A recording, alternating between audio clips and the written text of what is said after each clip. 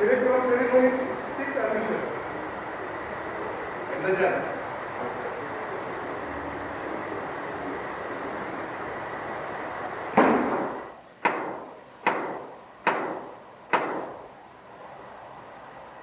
Upstanding brethren, to receive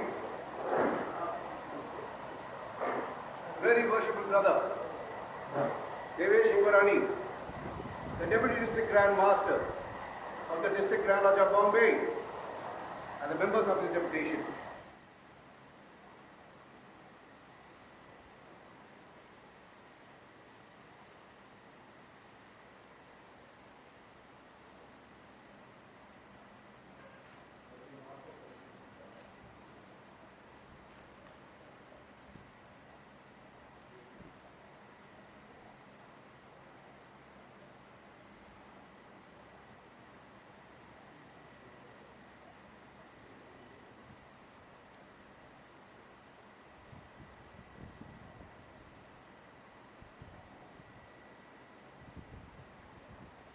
We will sing the opening ode from the second stanza onwards.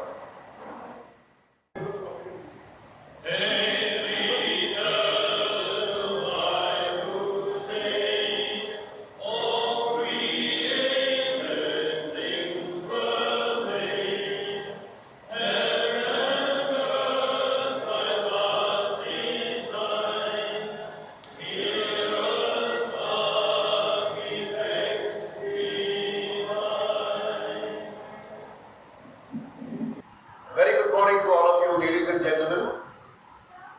I welcome you all on behalf of the Lord Leslie number 4880 and the District Grand Lodge of Bombay on the roads of the United Grand Lodge of England.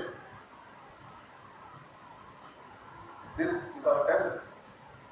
Before I attempt to explaining the significance of the temple in Freemasonry, let me first explain what Freemasonry is and from where it is derived its origin. Around the 11th AD, England and Europe were dotted with many castles, forts, and churches, large and magnificent ones. Though not built with cement and steel, they were built with stones, which are lasted to this day. How were they built?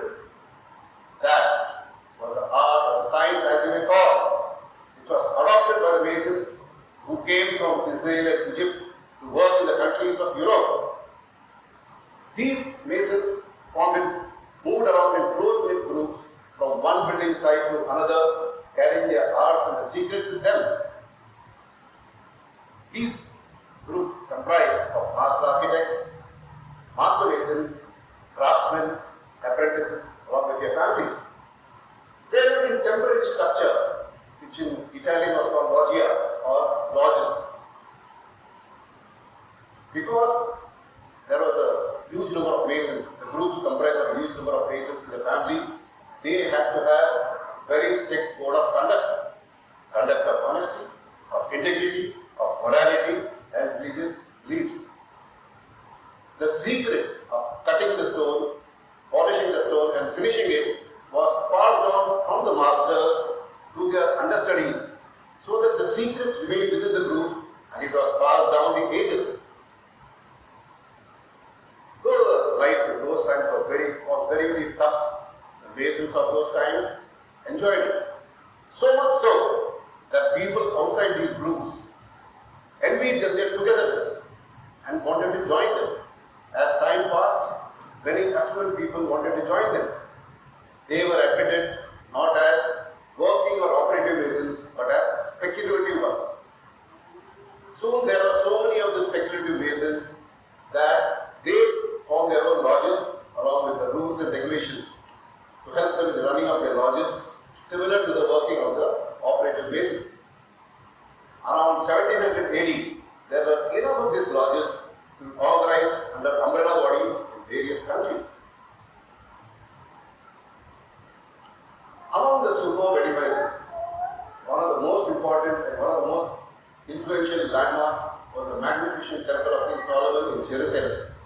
Built centuries earlier, the honor and glory of God. It was this temple which was adopted by the speculative Masons as their symbol.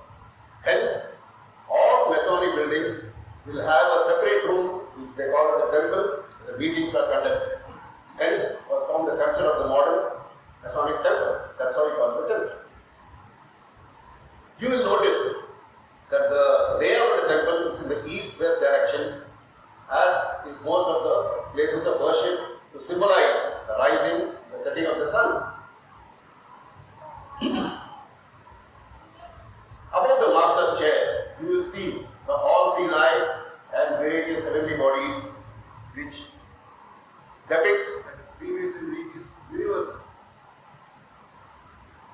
In the middle of the temple, you will also see a letter G that denotes God, just like the all-seeing eye depicts God, the protector of his children. Freemasonry is not a spiritual body, but it believes in God, and every meeting is preceded by and followed by a prayer. The basic requisite to be a Mason is to have a belief in a supreme being, irrespective of faith. Without this faith, without this prerequisite, you cannot be admitted as a Mason. In front of the master's chair, you will see various books which are kept. We refer to them as a volume of sacred laws, and they are the books of the various faiths. These books are open, the lodge is open, and they are closed, and the lodge is closed. Let me begin by introducing you all to the officers of this lodge. Starting from the top, you have the worshipful master sitting in the east. His duty is to rule and direct the lodge. He sits on what we call as the chair of King Solomon. If you notice the regalia what he is wearing, just like there is a collar. This collar has a square appendage to it. This. That is the tool of the working master, and this reference to the operative ways is the tools of their trade. In front of the worshipful master, the west, sits the senior warden. The senior warden's duty is to close the lodge by the command of the worshipful master. His regalia or his collar has a level appendage to it. You can see there. To the immediate left of the worshipful master, the immediate past master who has debited his office just before the office of the current master. Then, in the south, you will have the junior warden. His duty is to assist in the opening and closing of the lodge, and his collar has a plumb rule appended to it. The worshipful master, assisted by the senior and the junior warden, are responsible for running the lodge, and they assist him. They form the principal officers of the lodge. To the immediate left of the immediate past master is the chaplain. The chaplain leads the lodge in prayer and says grace before banquet. This collar has an open book on a triangle appended to it. Then moving on, we have the secretary of the lodge who sits in the north. He manages the administrative functions of the lodge and license with the district. Then we have the director of ceremonies who sits here. His duty to ensure that things are properly arranged and managed within the lodge so that the meetings can go on smoothly. His duty also includes maintaining order and decorum within the lodge. Then we have the deacons, the senior deacon, the junior deacon, the inner guard, and there is a tiler or the outer guard. The outer guard has a sword. He is standing with a drawn sword, and he will admit only bona fide persons within the lodge. The meeting is on. Then we have the stewards who are responsible for banquet and to ensure that all the brothers are well taken care of. These form the basic officers, or we call the principal officers of the lodge. I pay your attention to the various implements which you see displayed around, and also on the masters and the wardens pedestal. On the worshipful master and the senior and the junior warden's pedestal, you will notice columns like these. These columns, each of these columns has a different style of architecture. The column on the worshipful master's pedestal has the Ionic. The senior warden's pedestal has a Doric type of architecture, and the junior warden's column has the Corinthian type of architecture.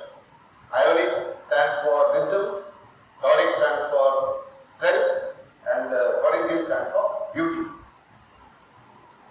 I once more claim your attention to the small square stone which is kept on the junior warden's pedestal, which is rough and finish. There is a similar stone on the Warden's pedestal. Yeah. It's a smoky finish. We refer to them as ashlars.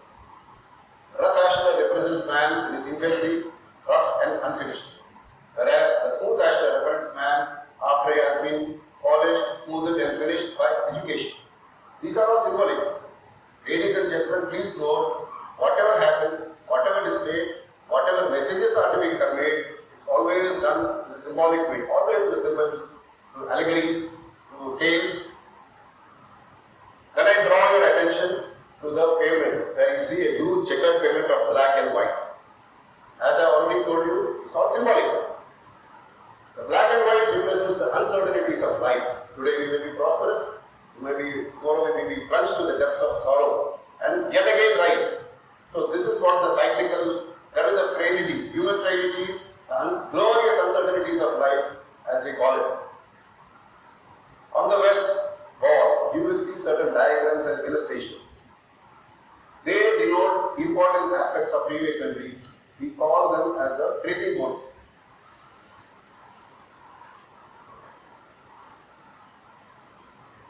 The lodge is a primary unit where a non-member becomes a member.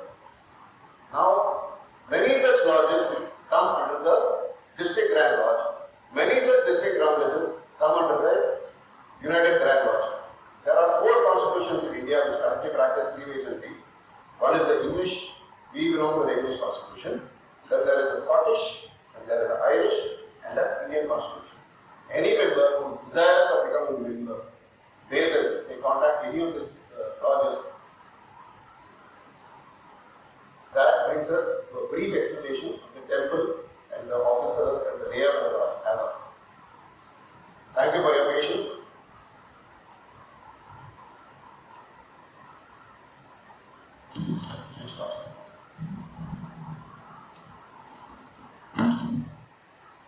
Very good morning, we all, and thank God for being with us this Sunday morning.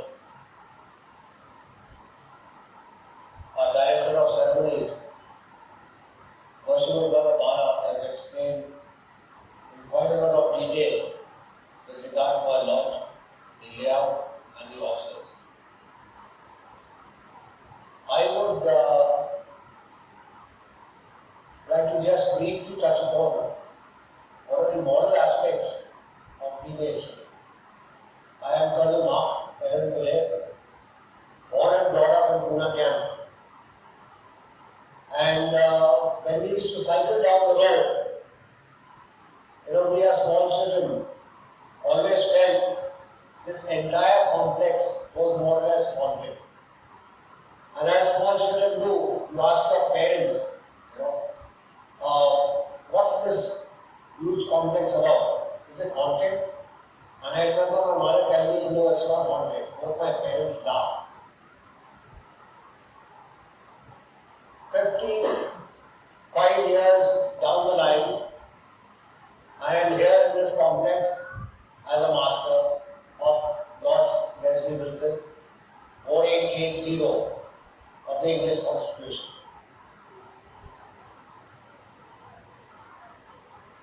When someone looks at us, it is twofold. It is either with awe or with fear. But we are neither Superman nor are we a body which is to be feared. But yes, we are a system of morality which is under the sun and not connected politically, not promoting selfish or mercenary interests or underlying a purpose, but I would like to reiterate, we behave and we believe in God as our supreme being. The explanation of the values of the sacred law that are laid out in front of you all covers every possible faith in India and worldwide. The calling of a Freemason is a very high one, and once you join, you should never suffer yourself to depart from it. Loyalty at home, to our country,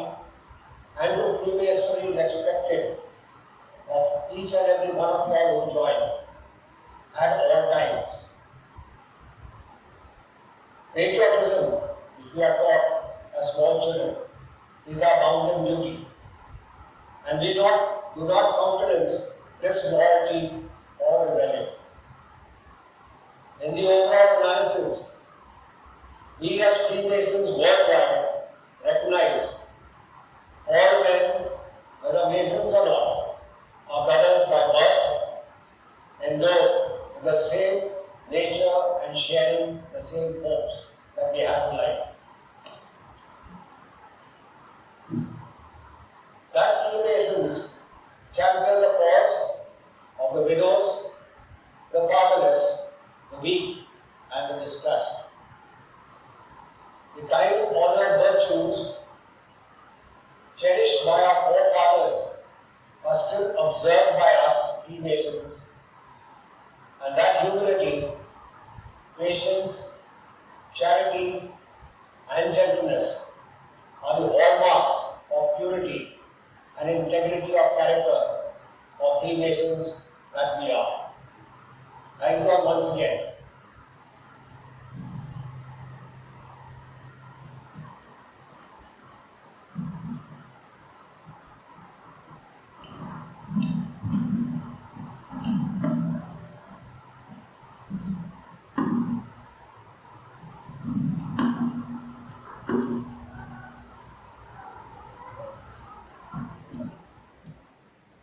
Very good morning to all of you all and warm welcome to this Freemasons open house here in Pune. My name is Devesh Hindurani, 45 years of age. I am currently working with the software MNC as the Chief Financial Officer, and I have been a Freemason for almost 20 years. I would like to give a small perspective. Our Director of Ceremonies already informed that the basic unit that you join as a Freemason is called the Lodge. Like any organization, and an organization like Freemasonry, which is spread across the world, we follow a very organized structure. Starting at the top is the Grand Lodge. In our case, it's the United Grand Lodge of England, which is headquartered in London, UK. The Grand Lodge is headed by an individual similar to how we have the master heading the lodge. The Grand Lodge is headed by the most worshipful Grand Master. The current most worshipful Grand Master is His Royal Highness the Duke of Kent. The Grand Master of the Grand Lodge has to be a member of the royal family, and therefore, over the last few centuries that the Grand Lodge has been in existence, we have had members who were from the royal family or either the prince or subsequently has become the king of England. And of course, upon the accession of the prince to him becoming the king, he limits the office as the Grand Master. I think till date we have had about 6 or 7 princes who have gone on to become the king of England, including King Edward VII, King George, and so on. Under the United Grand Lodge of England, there are over 10,000 lodges functioning worldwide. In India, the English constitution is distributed in 4 district Grand Lodges. And these district Grand Lodges are like for administration purposes, similar to how you have zonal offices in a normal commercial establishment. We come under the District Grand Lodge of Bombay, which is headquartered in Bombay, opposite to the Sterling Theatre. Under the District of Bombay, we have 23 lodges, which are spread across Pune, Khadki, Mumbai, Solapur, Devlali, Ahmednagar, Bilaspur, Bhusawal, Nagpur, Jabalpur, Goa. So as you can well appreciate the spread of Freemasonry under our district. The district comprises of about 800 Freemasons, and the district has been in existence for about 170 years. In India, Freemasonry came in the late or sometime in the 1800s, when the British Army entered India. Most of the members of the British Army were Freemasons themselves, and therefore, wherever they camped, they formed and they practiced Freemasonry. So therefore, you will notice most of the names of the cities that I just mentioned were actually cantonments, because these were the cantonments where the army used to be based out of. Of course, apart from these cities which are majorly in the western part of India, as I mentioned, we also have Freemasonry spread across the north, south, and the eastern parts of India. My designation in the district is of the Deputy District Grand Master. The district is headed by the District Grand Master, which we will shortly see a small video for you to get a little more perspective. And a few of us here who are wearing the dark blue aprons, we represent the district. So I guess that's it for me. We will now have a short video that can be played for the benefit of all. But before that, I'll request the Worship Master to please take that charge of the worship.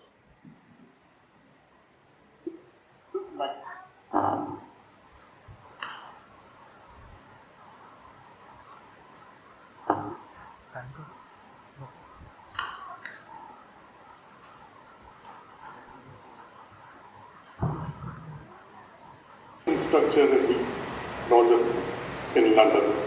This is the inside of the Grand Temple, and our Grand Master, His Royal Highness the Duke of Kent. This is King Edward VII, who was also the Grand Master in the late 1800s. These Masonic jewels belonging to him, made of pure gold. This is the building of our District Grand Lodge, based in Bombay, opposite the Stadium Theatre, the inside of the temple of the same building. Our District Grand Master, Right Worshipful Brother Percy Driver. Some other buildings, this is in Devlali, Usawal, Khadki, Nagpur. We are also spread across Jabalpur, Bilaspur, Goa. Some of the charity works done and ambulance donated by the Pune brethren. The Nagpur brethren bring their bit during the COVID times. The Goa brethren donated these raincoats. The Pune brethren again donated these bariatric chairs to the senior citizens' home for the comfort of the old.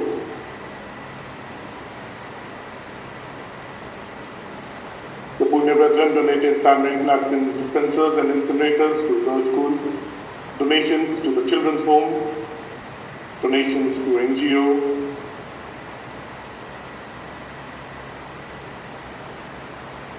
providing assistance to this couple to get them married, assistance to the handicapped individuals. This individual has lost his leg and an artificial leg was provided. A charity ride, cycle ride was provided from Pune to Nabla. Birthday celebrations are regular. Outstation picnic overnight meals for bonding of the brethren. Ladies' night, a common feature with lots of entertainment and lovely food. Hello, my name is Srivartan Sinha. I'm a lawyer by profession, a senior partner in a law firm, as well as the chair of an NGO which works with one of the most underprivileged communities in India. I joined Freemasonry for a number of reasons. Perhaps the most driving reason was the fact that my grandfather and great-grandfather were Masons before me. But perhaps what kept me engaged are the four pillars of Freemasonry, which are friendship, integrity, respect, and charity. The friendship that I get while I'm in lodge and afterwards at the festive board, when we all sit down to a banquet and exchange views and thoughts, is something which we really need to experience to understand. At the same time, the mutual respect, irrespective of one's age, that we have for each other. And the way we get together for charitable initiatives is something that is some very, very attractive qualities, especially in these times. So I think for all these reasons, I'm a Mason and I think I always will. Thank you.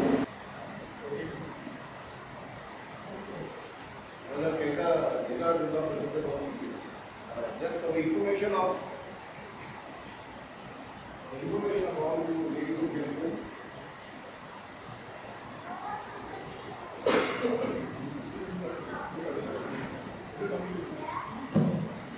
Okay, information of Freemasons as well. Freemasonry has various degrees. Now what we have decided is for this meeting, since I have already explained to you the various symbols which are appended to the collars of the master and all the officers of the principal officers. So Brother Nizar will now present the working tools of a entire apprentice Freemason, which is what we call the first degree. It's very interesting, please hear it out.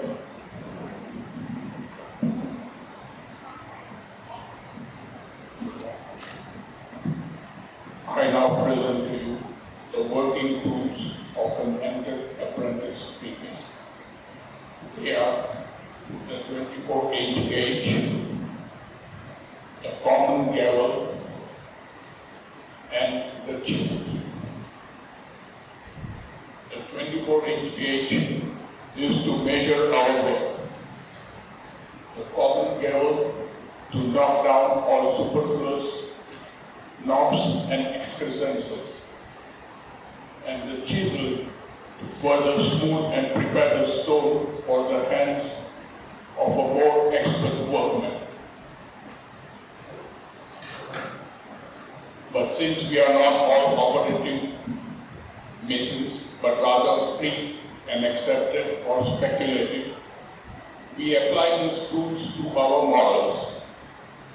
In that sense, the 24-inch gauge represents the 24 hours of the day, part of which have to be spent in prayer to the Almighty God, part in labor and refreshments, and part in the service of a brother or a friend in times of need, without any detriment to ourselves or our connections.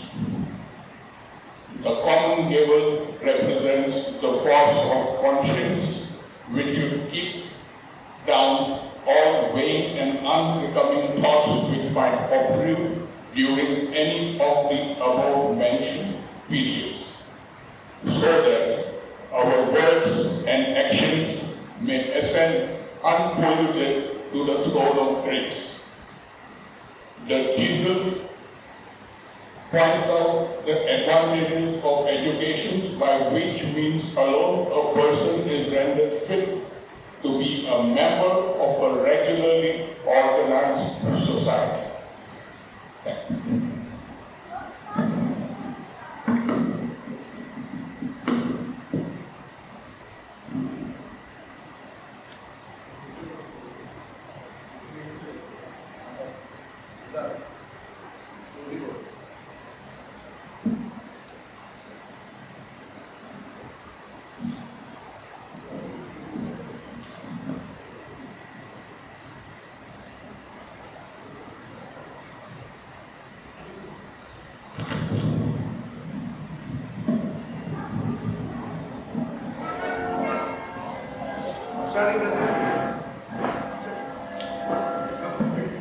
Members of the public, please be seated.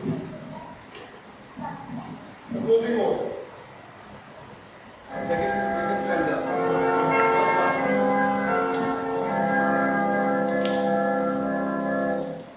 Now the evening shadows closing, worn from toil to peaceful rest. Mystic hearts and bright sweet posing, sacred in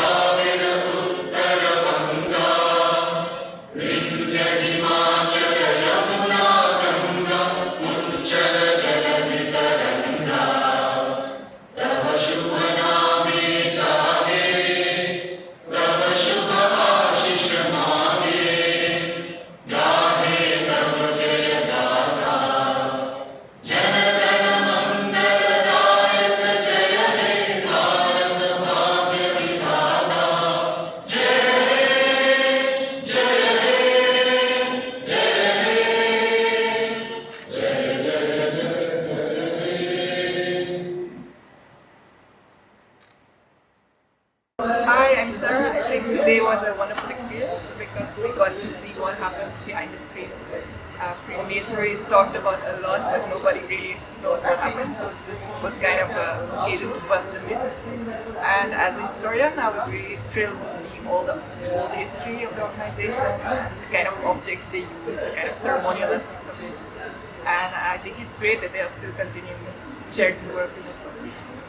Yeah, it was fun to see this. We just attended one session where it was very informative. Very interesting also. We got an idea of the ritual part with their symbols and this, what it symbolizes, and then How it works. yeah, How Mason works. how it works. Then we also got a Idea take about on their charity done by them, and now we know it's more about brotherhood, bonding between them. It made me a bit envious also. I wish we ladies also had something like this. I don't know. I guess that's all. Now I exactly know what it is, and happy about that my husband is a Freemason. Hi, I'm Pranashri Damle, and this is the first time I have come to the Masonic temple. I've been hearing stories about this. I have heard about Masonry since I was a child. My grandfather has been a Mason for a long time. My father has been a Mason for a long time. So I have very fond memories growing up knowing about it. I've only heard bits and pieces here and there. I have met all of my father's friends he's made through this community, but I've never seen how things actually happen. I've not seen what it is about, and it was a great experience coming here. Now even my husband's a Mason, so it was an amazing experience. We got to know what they do, what their actual beliefs are, and how they function, and a lot of other things like charity work which I was not aware about before this. And all in all, it was an amazing experience. Thank you. So a couple of months ago when my brother joined Freemasonry, we were all really curious as to what exactly Freemasons are and what exactly do they do. So this session has been really helpful. The medical checkup was great, and I think the session by itself was very well explained and detailed, which really gave us a good holistic background as to what Freemasonry is all about, and dispelled many of the misconceptions which are there in the general public about it. So I thank all the Freemasons who conducted this and wish them all the best. मी Nilesh Joshi from Pune. मी आजची meeting attend केली, open house meeting. So त्या meeting session खूप informative होतं आणि त्यामध्ये बऱ्याच नवीन गोष्टी कळल्या, जसं की त्यांची काही मेसनरीची जी इन्स्ट्रुमेंट्स आहेत, काही जसे काही रँक म्हणजे जसे काही हायरार्की आहे, आणि त्याबद्दलही काही माहिती समजली. आणि येस, खूप काही गोष्टी जाणून घेण्याजोग्या आहेत, आणि त्यामध्ये जॉईन कसं व्हायचं आहे, काही अनेक ज्या काही गोष्टी आहेत मला आवडेल त्याबद्दल माहीत करून घ्यायला. माझं नाव युगम आहे, युगम फ्रॉम पुणे. सो इंटरेस्टिंग होतं, इन्फॉर्मेटिव्ह होतं, आणि खूप मिसकन्सेप्शन्स नव्हते, पण ऐकलेलं बाहेर ते क्लिअर झाले आज काय असं काही नाही होतं तिकडं. It's a safe place, it's a nice place. या थैंक यू. मैं पुणे में ही रहता हूँ. जो मीटिंग अभी हमने अटेंड की है काफ़ी इन्फॉर्मेटिव थी. एक्चुअली कैसा क्या होता है और बाहर नॉलेज क्या दे रही है चीज़ के बारे में सारा मिसकंसेप्शन क्लियर हो गया है, एंड मैं ईगर हूँ कि जल्द से जल्द ज्वाइन कर सकें. Hi, I am Dr. Amol Kalaulikar. I am a neurologist practicing in Pune. I am a Freemason associated with the Leslie Wilson Lodge 4880. Today we conducted a medical camp. I being a urologist had patients in urology where we looked through their urological problems and did certain investigations as to find out whether we could help them with their problems. It has been a fruitful and useful medical camp. We've been able to detect some problems in some of the patients and have suggested adequate advice to rectify this. We hope it's been useful to these patients, and we hope that we continue with such endeavors so as to help people, as is the motto in the Freemasonry. Thank you very much. caretaker of this place over 63 years. And I'm not a caretaker. I take it as my own property. I love it. And I take care of it as my own. It was a pleasure to participate in this medical camp at the open house of Freemasonry. Two things were achieved. One was we communicated with the general public about Freemasonry and cleared some of the doubts and myths about it in the minds of the general public. And the medical camp helped to screen for certain diseases like prostate cancer and diabetes. So I think it would have helped all the people who underwent the blood test in this regard.